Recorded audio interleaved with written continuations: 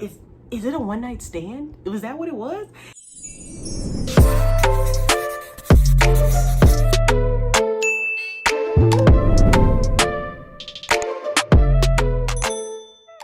Hey y'all, welcome back to my channel, Apparently Ashley, and today I'm back with my Married at First Sight reviews. It is season 13 and they're in the city of Houston. Married at First Sight is this social experiment where these experts match singles together, and the first time they see each other is when they're getting married, so at their wedding ceremony. So the bride is walking down the aisle and the groom is looking at her, and that is their first time making eye contact with each other. And so these singles have to fill out a questionnaire, they have to be interviewed by these experts, and then the experts match them together based off like their answers to the questionnaire and like how they answer their interview questions and all that kind of stuff. A lot of people tend to do it when they're kind of just like, I've been trying to do this my way, but let me put it in the hands of these experts.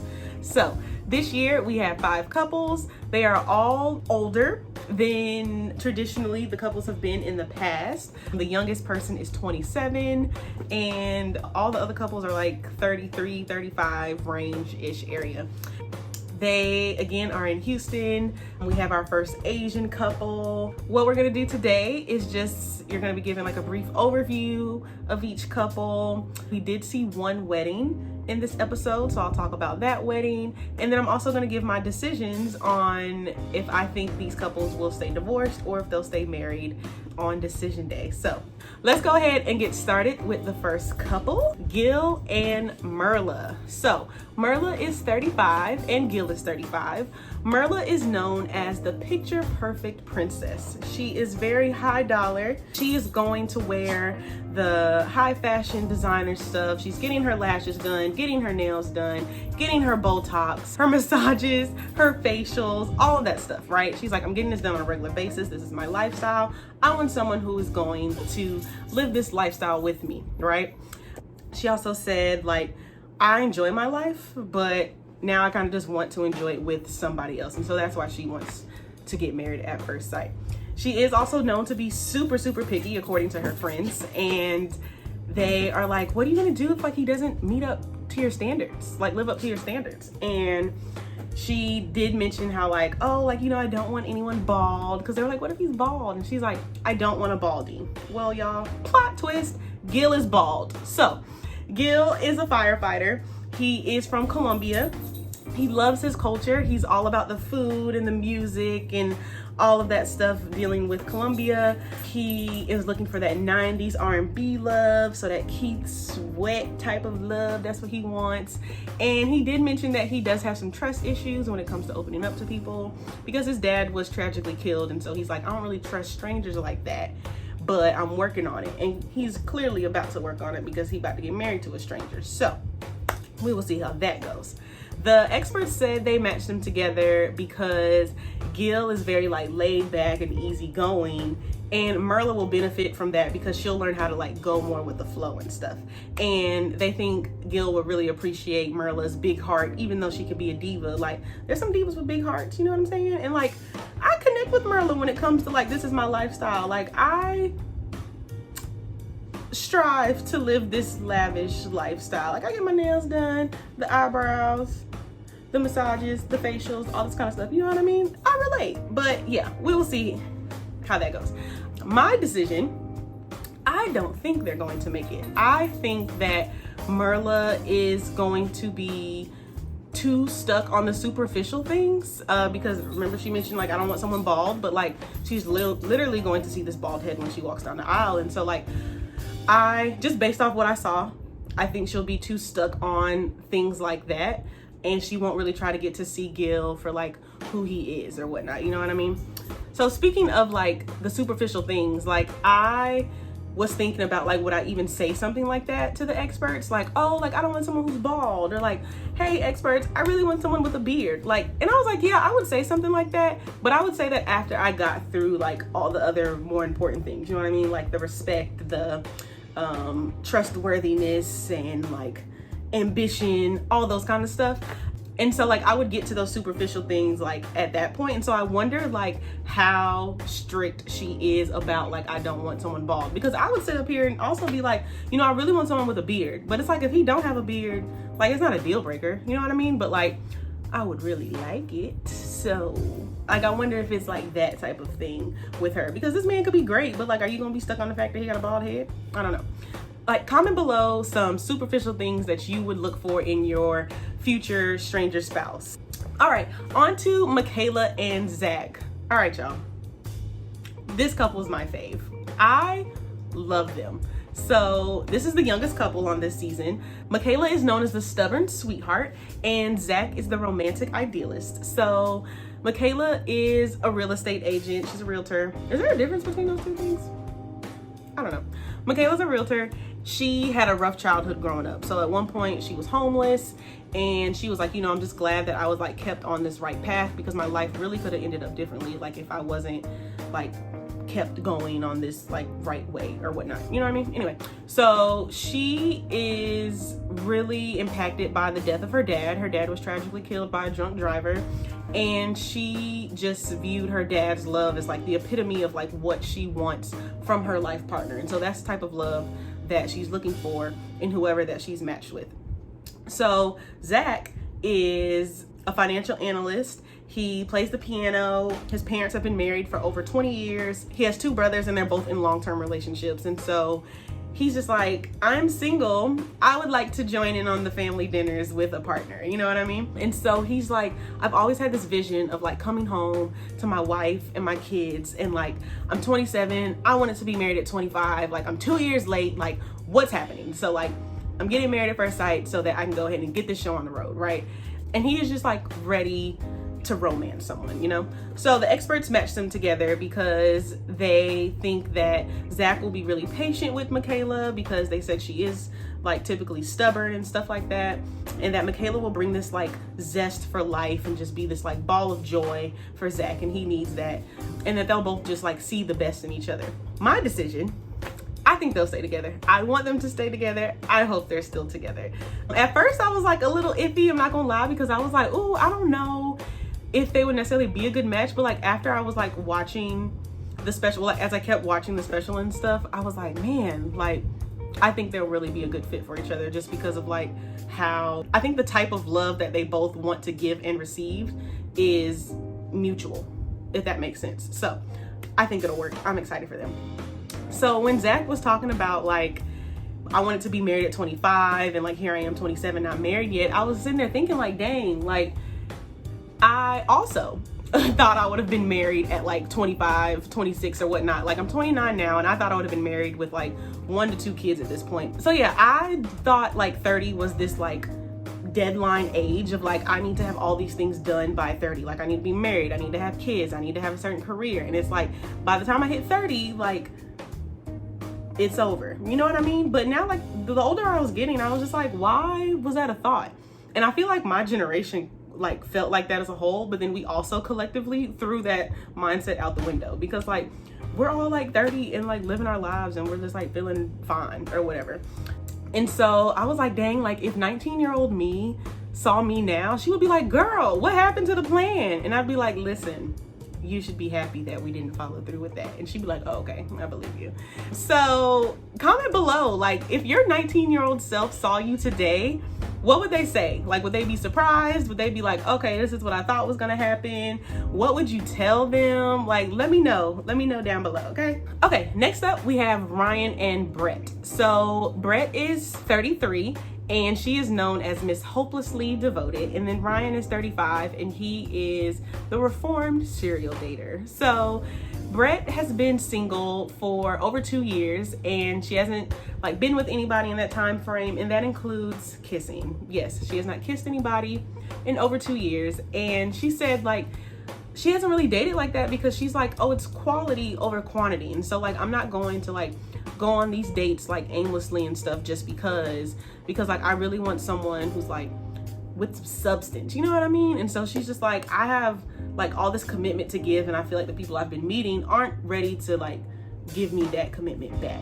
And so the irony, because she's about to be matched with the reformed serial dater who has done nothing but date, and he's like quantity over quality. So Ryan is a super romantic guy. He's like, I am going to bake cookies and cakes and pies, and I just want to watch The Notebook and I'm ready to like laugh and cry with somebody and do those things with. The experts match them together because they think that their shared value of romance will do really well together.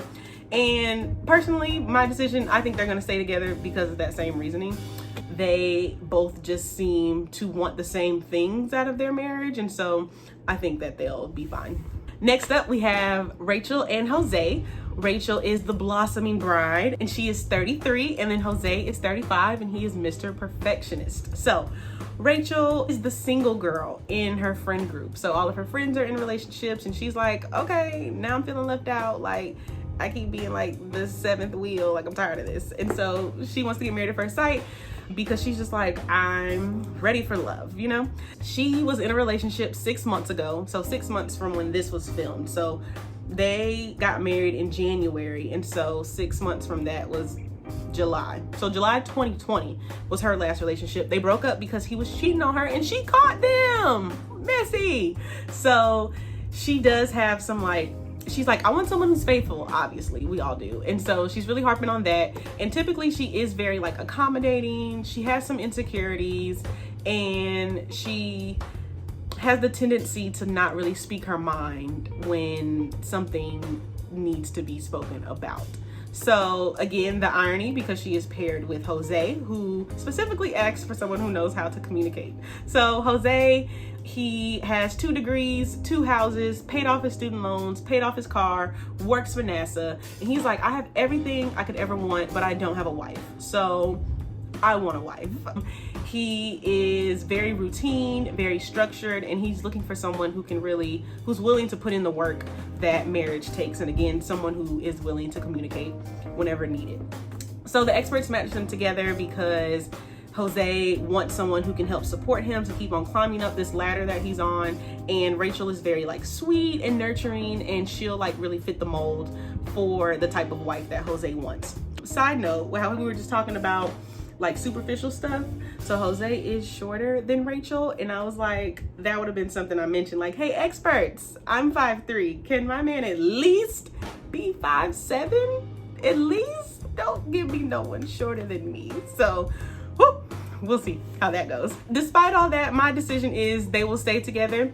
I do think that they'll have like a bumpy beginning because they both have some insecurities. Rachael's insecurities stem from like her being cheated on, and Jose didn't talk about his insecurities in the matchmaking special or in the episode, but I keep seeing like the teaser clips and he keeps saying like, what if she doesn't like me? Like, I'm afraid my wife won't be attracted to me and all this kind of stuff. And I'm just like, what? So I think they're gonna be a couple who has to like constantly reassure each other like, hey, I like you, okay? I'm in this. Once they get past that, I think they'll be fine. All right, last couple. We got Bao and Johnny. So Bao is 35, Johnny's 35, and Bao is Miss High Bar and Johnny is Mr. Life of the Picky Party. So Bao is super particular. She has very high standards and she's like, I know my worth, so I'm not gonna settle for anything less. You hear me? Okay. So she is just like, I want somebody who is flexible because I know that I can be very like set in my ways, and I want someone who can like help me get out of that, you know? My girl Bao is also very keen on using Excel spreadsheets for any and everything. She made it a point to say that. And she was saying how like she's been on a lot of first dates, but like she just kind of leaves it at that because she's just like, like I can already tell off rip, like this isn't my husband, so I don't want to keep it going. And let me say, relatable content, because once I really like knew in my mind the kind of person I was looking for in my husband, like I would go on dates and I would just be like, nope. Like it was so much easier for me to just be like, I'm not about to entertain this because I already know like you're not my husband. And so I was just like, I can relate to that. So Bao said she wants someone who's flexible. Nope, she's getting Johnny, who is super picky, just like her. He is super like borderline OCD, his words. He has a cartoon character closet, and so let me explain what that is. So you know how cartoon characters wear the same outfit every single episode, like they don't change? That's what his closet looked like. He had like 5 of the same shirt in the same color and the same pants, and I was just like, I don't know if y'all remember this, but Doug, So Doug Funny, it was a cartoon from the 90s, and he opened up his closet one time and all you saw was like his green vest and like his brown cargo shorts and stuff. And I was like, you literally have a Doug closet. Like, you are Doug Funny. So anyway, he has acknowledged that he needs to learn how to let go and like relinquish control and share his life with somebody, because he knows that he can be very, very picky. Johnny is also very like outgoing though, and like likes to be that life of the party. And so the experts match them together because even though they're both picky, like they think that they'll complement each other, and like their differences will like even them out. And so like how Johnny is super outgoing and stuff, like maybe Bao can kind of like reel him in when needed. My decision is I think that they will stay together. I think it'll definitely be an adjustment because they're both so picky, but I don't think like that'll be something that they'll divorce each other over. And so when it comes to them being like super picky, I do think that they'll have trouble. Well, I think they'll have a lot of discussions about like what they should and shouldn't be doing, like what's the right way or the wrong way to do things. So to dive deeper into that, basically like, you know, when you're like merging your life with somebody and they might do the dishes differently than you do the dishes, or they might fold their towels differently, and it's like, you're doing that wrong. And it's like, no, they're not doing it wrong, they're just doing it differently, right? But it's like when you're used to doing something a certain way, your way is the right way. So like I definitely think that'll be issues with them, you know what I'm saying? However, some things are right and wrong. Toilet paper. If your toilet paper goes under, that is wrong. That is not just different, that is wrong. That's a psychopath tendency, and that should be fixed. So with me and my boyfriend, we both dispose of like food scraps differently. So like we just ate dinner, there's like some little scraps still left on the plate, but we're not gonna eat it, right? And so where would y'all put those scraps? Comment below. So you got some food scraps. Are you putting it A, in the garbage disposal, or B, in the trash can? Go ahead and make your comment. Okay, let me tell y'all my answer. The right answer. I put it in the trash can. He puts it in the garbage disposal. Okay, let me explain. Both ways make sense, yes.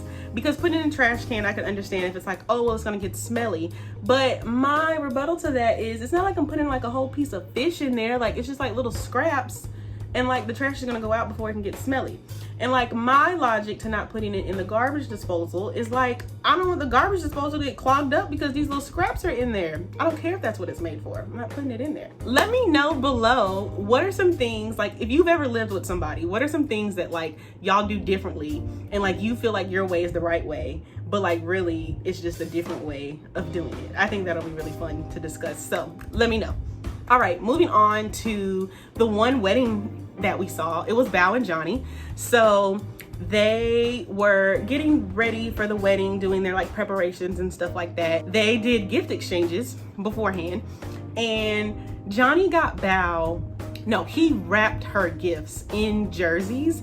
And y'all, Bao was pissed. She was like, oh my gosh, like I didn't want a bro, I wanted a nerd. And she was just like, I'm second guessing this whole thing. And I was just like, girl, this is a stranger. Like, he doesn't know what type of gifts you would like. Like, it's okay. And I was just like, dang, girl. She was second guessing the whole thing, and she was just like, I need to hide my disappointment when I walk down the aisle. And so, plot twist, she walked down the aisle. Y'all know what happened? They knew each other. Yes. So they walked down the aisle, and I'm like, how do they know each other? Because they didn't tell us right away. And I was just like, is it a one-night stand? Was that what it was? And so what happened was, they were both the president of the Vietnamese Student Association in undergrad. So he went to the University of Texas and she went to the University of Houston, and they're the president of these orgs at their respective schools. And I guess they like met up because they're both presidents or whatever. And so they knew each other that way, but they didn't even think about dating each other during that time. And so I was like, if this ain't meant to be, I would have been like, oh, this was perfect. And so all that stuff that Bao was talking beforehand went out the window. She was just like, oh, well, like, now I guess I understand, like, it's fine. And they seemed to be really vibing. So I was just like, this is gonna be a good one. This was a good match. So yeah, we saw their ceremony, and then we just saw them chit-chatting after the wedding. And so I guess we'll see the rest in the next episode. All right, y'all. Well, that is my review for episode 1 of Married at First Sight, season 13.